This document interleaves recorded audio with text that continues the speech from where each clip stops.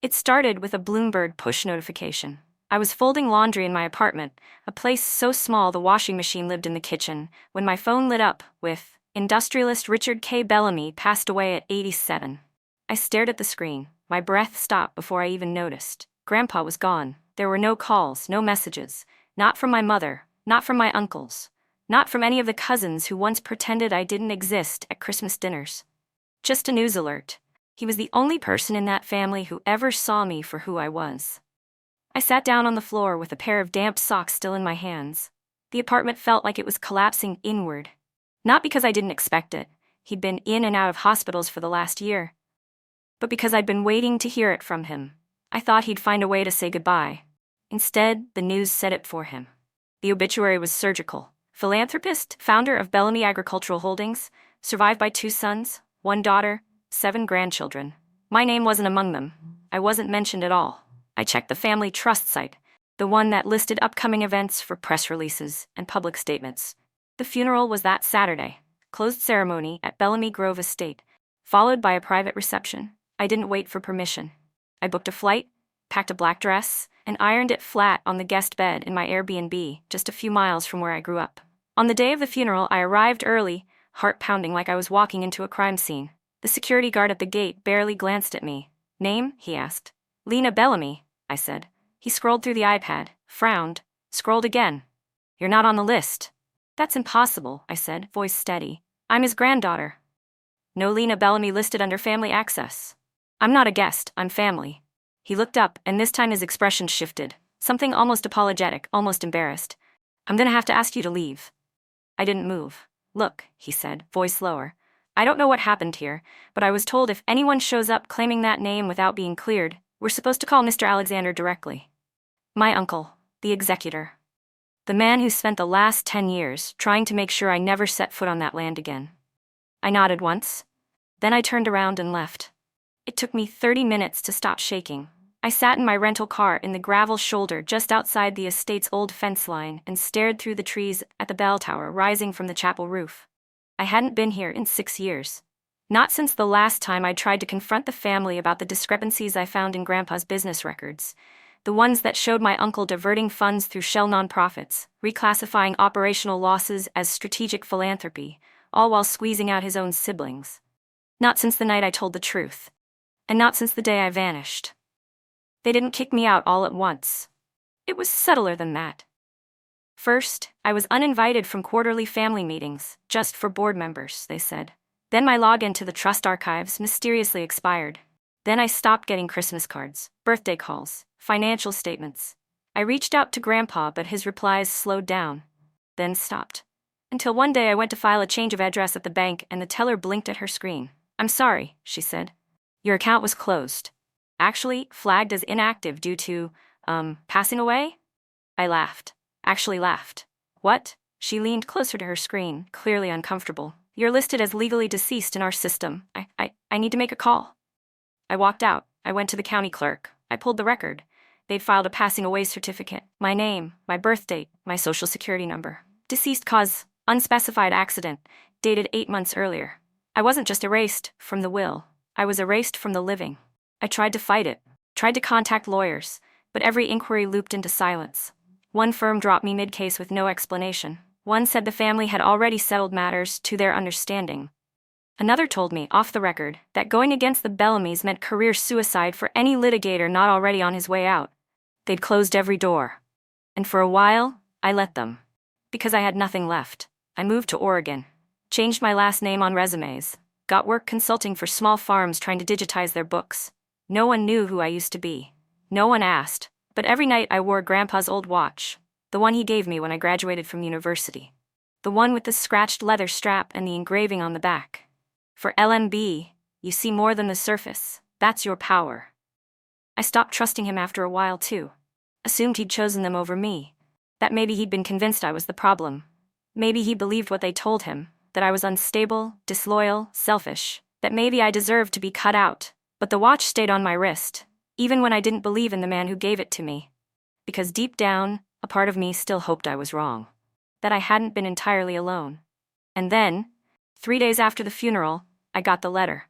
It arrived in a plain brown envelope at the P.O. box I'd kept in Oregon, the one I used only for legal remnants and bank notices. There was no return address. Inside was a single page, typewritten. Lena, if this letter has reached you, then I've passed and you've made it through the dark without surrendering. I couldn't stop them in life, but I left behind the keys. Go to the bank on Harmon Street, box 417. Use the watch. It's time, RKB. I read it 3 times. Then I pulled the watch from my wrist. For the first time in years, I noticed something. The back plate where the engraving sat? It was loose. I turned it with my nail, and it clicked open. Inside was a tiny brass key, thinner than a toothpick. Box 417. Grandpa hadn't abandoned me. He just went underground, and he expected me to do the same. My name is Lena Bellamy, or at least, it used to be. I'm 33 years old. I work as a freelance systems consultant for small organic farms across the Pacific Northwest. I rent a 1-bedroom over a bakery in Salem, Oregon. I own 2 pairs of work boots, 3 broken laptops I keep swearing I'll fix, and a watch that used to belong to the only man who ever believed I could rebuild something instead of just inheriting it. And for the last 5 years, legally, I've been gone. It started long before that, of course. Long before the passing away certificate, long before I lost access to my accounts and titles. It started the moment I said no. I was 27 and working inside Bellamy Agricultural Holdings, Bosch for short, on a sustainability initiative that was mostly PR spin. We were supposed to be helping legacy farms pivot toward ecologically friendly production, but I kept seeing the same pattern in the numbers. Money was disappearing. Projects were being reported as completed, with 0 field documentation. Funds meant for soil revitalization ended up earmarked for community awareness, whatever that meant. I flagged it in the weekly review. Not aggressively. Just quietly, in a summary slide, color-coded in yellow. My uncle Alexander removed the slide before presenting to the board. The next week, I was reassigned to an external task force and told to focus on outreach. Then, I was locked out of the finance dashboard entirely. I went to my grandfather. Are you sure you're reading the numbers correctly? He asked, his voice kind but cautious. I triple-checked, I said. Someone is pulling assets into shell orgs and hiding the transfer under donor-funded line items, and the approval stamps all come from Alex. He sighed. It's not your job to police your elders, Lena. It is when they're stealing from you. He looked at me long and hard then, like he wanted to say something else, but didn't. I'll look into it, he said. He didn't. A month later, I was put on leave for stress-related behaviors. They made me see a psychiatrist. She asked me if I had issues with delusions of persecution. I walked out halfway through the session. The HR director called me that night and said I was non-compliant. Within weeks, my family stopped replying to texts. My cousins unfollowed me on social media. My own mother told me over the phone, "You're exhausting, Lena. Maybe it's time you take a step back." So I did, but not the way they wanted.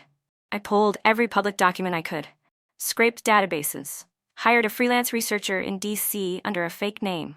We traced the fraud through 4 separate shell organizations, 2 fake consulting firms, and at least 1 offshore account in Cyprus. I still remember the moment I found the name on the offshore account.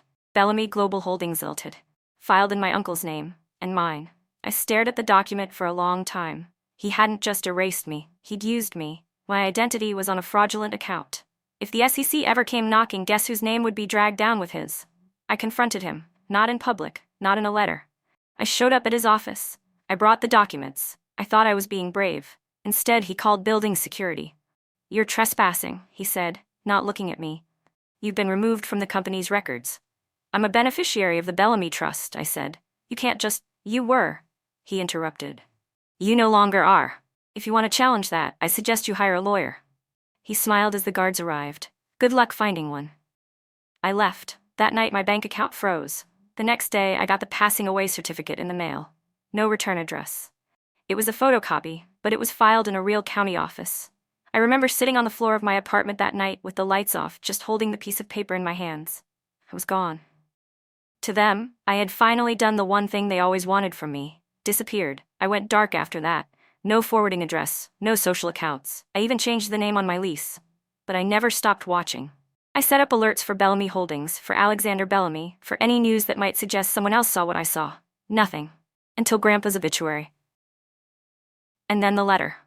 The bank on Harmon Street looked like any other downtown branch. Quiet, tiled floor, neutral walls. A man with gray hair and a badge led me to the private vaults without asking questions. Either he didn't care who I was, or he knew exactly who I was and had been waiting. Box 417 was halfway down the second row. The watch key fit like it was made for it. Because it was. Inside the box were two things: a flash drive and a manila envelope. The envelope had my name on it in Grandpa's handwriting. Inside, a notarized letter signed 1 year before his passing away. To whom it may concern, I, Richard K. Bellamy, do affirm that Lena M. Bellamy is my legal and rightful granddaughter, with full knowledge of her role within Bellamy Agricultural Holdings and the family trust. Any prior declarations of passing away or estrangement made on my behalf are fraudulent and do not reflect my intentions. Please see attached documentation for proof of revised testamentary materials and protected power of attorney granted in her name. Behind it, a second will. Signed, witnessed, stamped, dated 4 months after the original was supposedly finalized. In it, I was not just included. I was designated as primary successor to the Bellamy Trust's philanthropic arm, an entity controlling over $180 million in assets. I sat there for 10 full minutes, the flash drive still untouched in my hand. He knew, he saw, he believed me. Even when he didn't say it. Even when he let them erase me to my face. He was never going to save me while he was alive. He'd been protecting the plan, and now it was mine to finish. That night, I opened the flash drive on a burner laptop. It contained folders, dozens of them. Surveillance photos, voice recordings, ledger scans, internal memos, email chains forwarded to a hidden address. It was a roadmap. Every betrayal, every fraud, every weapon they'd used to silence me, documented and time-stamped. He'd built the arsenal. He just needed someone brave enough to pull the trigger. And he'd chosen me. I watched the sun come up through my tiny window. The city outside was waking up like nothing had changed, but I had. I wasn't going to play silent anymore. I was going to remind them what happens when you bury someone alive and forget she can dig. I spent the next 4 weeks preparing like I was going to war. But it wasn't rage that fueled me. It was precision, focus, strategy. Grandpa had taught me that when you move once. Clean, quiet, final. I wasn't going to make a scene. I was going to set off a controlled detonation and walk out before the dust cleared. I found a lawyer. Not a high-powered firm. A woman named Dolores Ramirez who worked out of a converted auto garage in Tacoma. She wore steel-toed boots to our meetings and carried a yellow notepad filled with questions that made me nervous in the best way. She didn't ask me what I wanted. She asked me what proof I had. So I gave her everything. The flash drive, the second will, the sealed letter, the passing away certificate filed under my name. She went quiet after reading through it all, then leaned back in her squeaky leather chair and said, "You don't need a lawyer. You need a restraining order, a press release, and a court date. In that order." We started with the restraining order, filed preemptively against Alexander Bellamy and 2 of his shell entities, citing fraud, identity theft, and misappropriation of trust assets. We submitted the second will to probate court in Connecticut. Then, Dolores made the first call to the Bellamy Family Trust Office. "Hello," she said cheerfully. "I'm calling on behalf of Lena M. Bellamy, legal beneficiary and successor of the Bellamy philanthropic estate. We're requesting an appointment for a document presentation under Clause 14C of the trust bylaws." The line went quiet. "Excuse me?" the receptionist stammered. "You'll want to speak to Mr. Alexander before you schedule the meeting. I suggest sooner rather than later." We gave them a date. The quarterly shareholder briefing, an event my family always used as a stage to show off their financial prowess and collective legacy. This time, they'd be showing something else. In the weeks leading up to it, Dolores and I assembled everything into a single binder. It was old school, heavy as a brick, and marked with one word on the spine: living. I liked the symbolism. They'd declared me passed away. This was proof I wasn't. The night before the meeting, I sat alone in my apartment, the binder beside me and the watch in my palm. I finally replaced the backplate, polished the brass, set the time correctly for the first time in years. I thought about how quiet Grandpa had gone those last few years. How often I blamed him for his silence, but now I understood. He hadn't gone silent because he didn't care. He'd gone silent because the plan needed patience. Because any move too soon would have let them erase me again. But this time, with no paper trail. He made sure I would come back not just with a voice, but with leverage. And tomorrow, I would use it. The shareholder meeting was held in a glass conference suite at the top of the Bellamy corporate headquarters. Floor-to-ceiling windows, name tags, lanyards, security at every entrance. I wore black. Not out of mourning, but as armor. When I walked through the lobby, people stopped mid-step. Some looked straight through me. Others stared like I was a hallucination. One woman dropped her phone.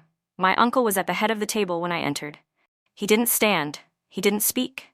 But he blinked 3 times in quick succession. I could tell he hadn't seen me in 5 years, and yet he knew immediately who I was. "You're not on the docket," he said coldly. "I'm not here to present," I replied. "I'm here to correct the record." Dolores stepped in beside me and handed a copy of the restraining order to the nearest staff member. "This is being served concurrently with a pending probate correction," she said. "You're advised to listen closely before making any statements." I stepped forward and placed the binder on the table. "This," I said, "is my grandfather's final testament. Signed, witnessed, legally filed in escrow before his passing. In it, I'm reinstated as primary successor to the Bellamy Philanthropic Trust." Someone let out a low gasp. I flipped open the binder. Attached, you'll find proof of internal embezzlement spanning 3 fiscal years, involving subsidiaries under Bellamy Global Holdings and Bellamy Agriculture. The patterns align with the exact offshore accounts listed under Mr. Alexander Bellamy's former role as CFO. My uncle laughed once, sharp and desperate. "This is absurd." Dolores smiled. "We've already filed the supporting documentation with Connecticut probate and federal investigators. You'll receive formal notice within the week." I locked eyes with him. "I suggest you start preparing your statement," I said, "because unlike you, I didn't come to bury the truth." The room erupted after that. Board members started whispering, typing notes. A few began shifting their allegiances right in front of us. It was like watching a regime topple in real time. One of my cousins, Brandon, the second son of my Aunt Veronica, stood up. "I thought you were passed away," he said, voice thin. "No," I said, still steady. "You just let them convince you I didn't matter." He sat down without speaking again. It wasn't personal, it was systemic. They had all signed off on my erasure because it made their slice bigger. One less mouth at the table. One less vote. One less woman with the name Bellamy who didn't nod when told to. But now I was back, and this time, the paperwork was mine. The final blow came 2 hours later, when the press release hit. We had timed it perfectly. At 2 p.m., Forbes, Reuters, and the Hartford Journal all published the story at once. "Legally declared passed away, heir to Bellamy Trust returns with evidence of fraud." Underneath, a photo of me, binder in hand, watch on wrist. The tagline read, "She didn't disappear, she just waited." I didn't cry. I didn't scream. I just walked out of that building taller than I'd walked in. Because I hadn't just come back to life, I'd come back in power.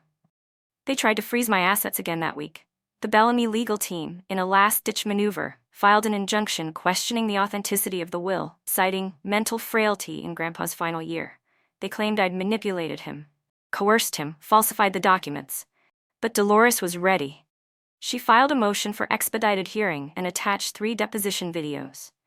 One from Grandpa's estate attorney, one from his nurse, and one from a notary public who had verified his signature on the second will, each of them swearing under oath that Grandpa had been lucid, deliberate, and completely aware of his decisions.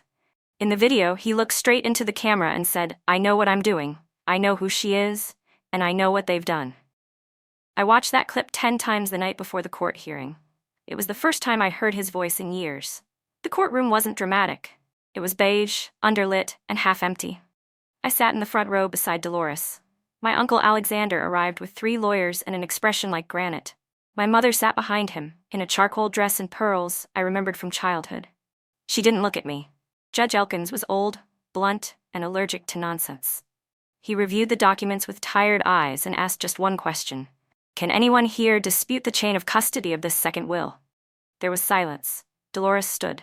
"No, Your Honor. The documentation includes timestamps, signatory logs, and secure escrow placement dated 4 months after the initial version. All procedural requirements were met." The judge nodded. Then he looked at Alexander. "Well, Mr. Bellamy, do you have anything substantial?" Alexander stood slowly, like someone trying to hide a limp. "Your Honor, I simply believe the original will reflected my father's clearest intentions. Lena, Ms. Bellamy, was estranged from the family, erratic and self-removed for several years prior to his passing. She was declared legally passed away by a document filed through your office," Dolores snapped. "Filed fraudulently." "That's not what's being debated," Alexander said coolly. The judge frowned. "It's certainly what I'm noticing. Sit down." I saw my mother flinch. Judge Elkins cleared his throat and began reading the opening lines of the second will aloud. His voice was flat, methodical. "To my granddaughter, Lena M. Bellamy, I leave the philanthropic trust in full. I leave the Grove estate under her discretion. I leave her my name if she still wants it, and I leave her my apology for not protecting her louder, sooner, better." My throat closed. Everyone was silent, even Alexander. The judge closed the folder. "This is valid. It supersedes the prior testament. Probate is closed. The trust assets are to be transferred as outlined, effective immediately. That was it. No trumpets. Just silence. And my name, restored. It didn't end there, of course. Alexander filed appeals, several. They all failed. The SEC began an investigation into the offshore accounts shortly after. Dolores handed them the flash drive personally. "You're going to want to start at the folder labeled Cyprus, Unit 12, she said, grinning. "That one has the Shell invoices." I didn't testify publicly, but I gave my full statement. Alexander ended up settling with the government for tax fraud and improper reporting. They let him keep his house, but he was banned from holding fiduciary positions for 10 years.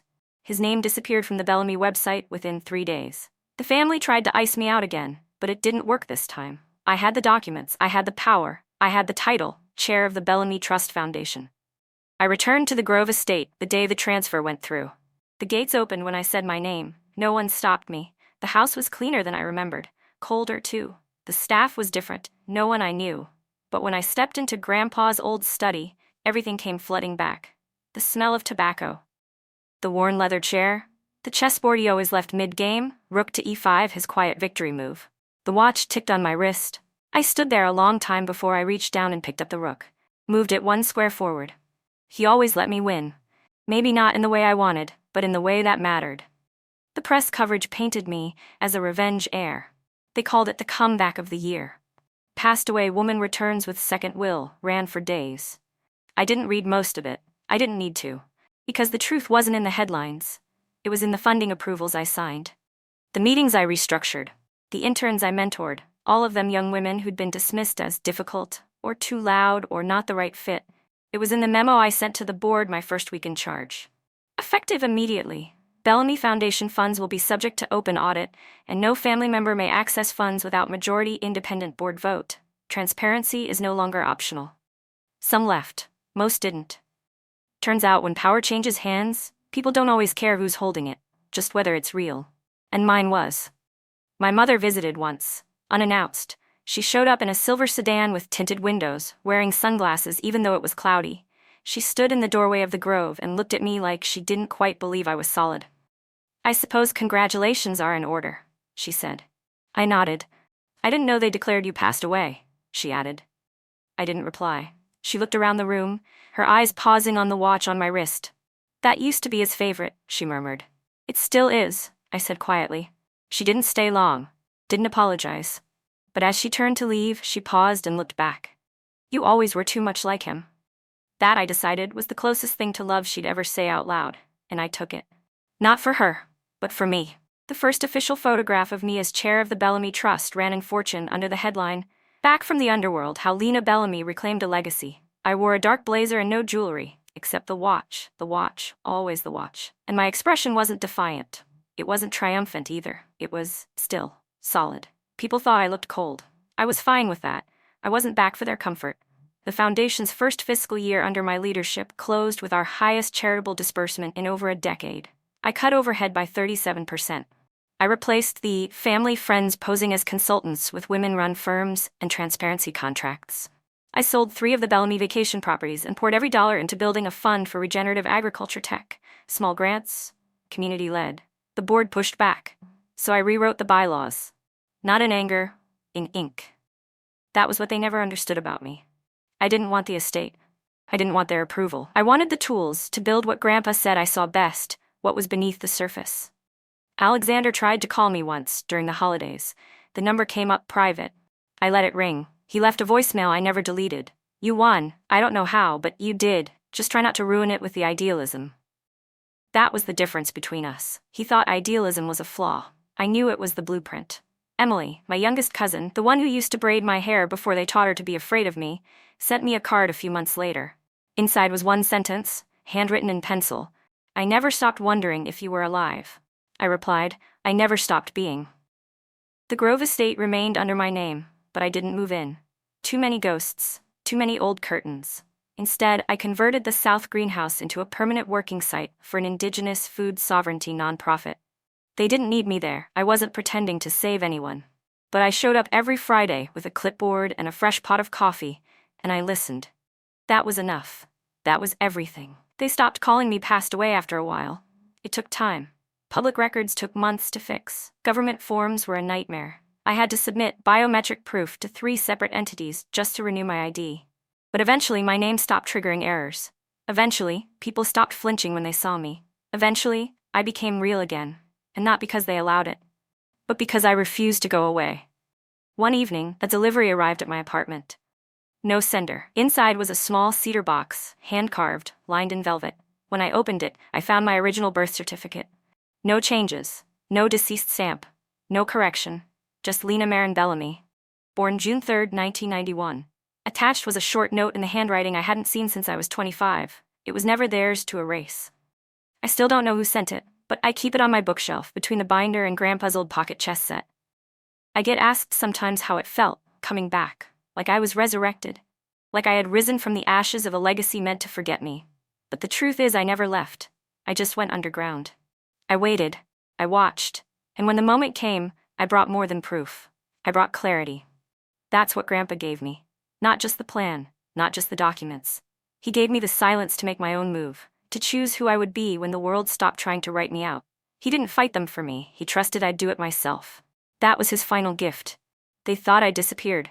They thought I wouldn't survive the exile. They thought I'd be quiet, and for a while, I was. But I never forgot what he whispered to me once when I was a girl, sitting cross-legged in his study with a flashlight under a blanket. Don't confuse being quiet with being gone. Sometimes the most dangerous people are the ones you forget to keep an eye on. Now, they remember. And now, they know.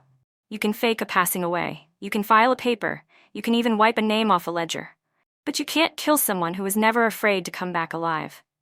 I sit in my new office now. Not the estate, not a tower, just a modest floor in a shared building near the edge of town. It smells like paper and wood polish. The window overlooks a field. Every Friday at 3:17 p.m., I wind the watch. I don't need it to tell time. I do it because it reminds me. I am here, still moving, still alive. Sometimes I think about the version of me that cried in a rental car, denied entry to a funeral. She wasn't weak. She was awakening. There's a strength in grief that no court ruling can give you, a clarity in being cast out and choosing not to disappear. A vindication that doesn't shout but hums. I never needed their apology. I needed my own truth. Now I speak it. I teach others how to hold on to theirs. I build things they can't undo with a forged signature or a family vote. And when the wind rustles the leaves outside my office window, I like to imagine Grandpa's voice in it, quiet, amused, proud. Not because I won, but because I endured. And in enduring, I made something better. That's what legacy is, in the end. Not inheritance, but intention. And mine was never meant to stay buried.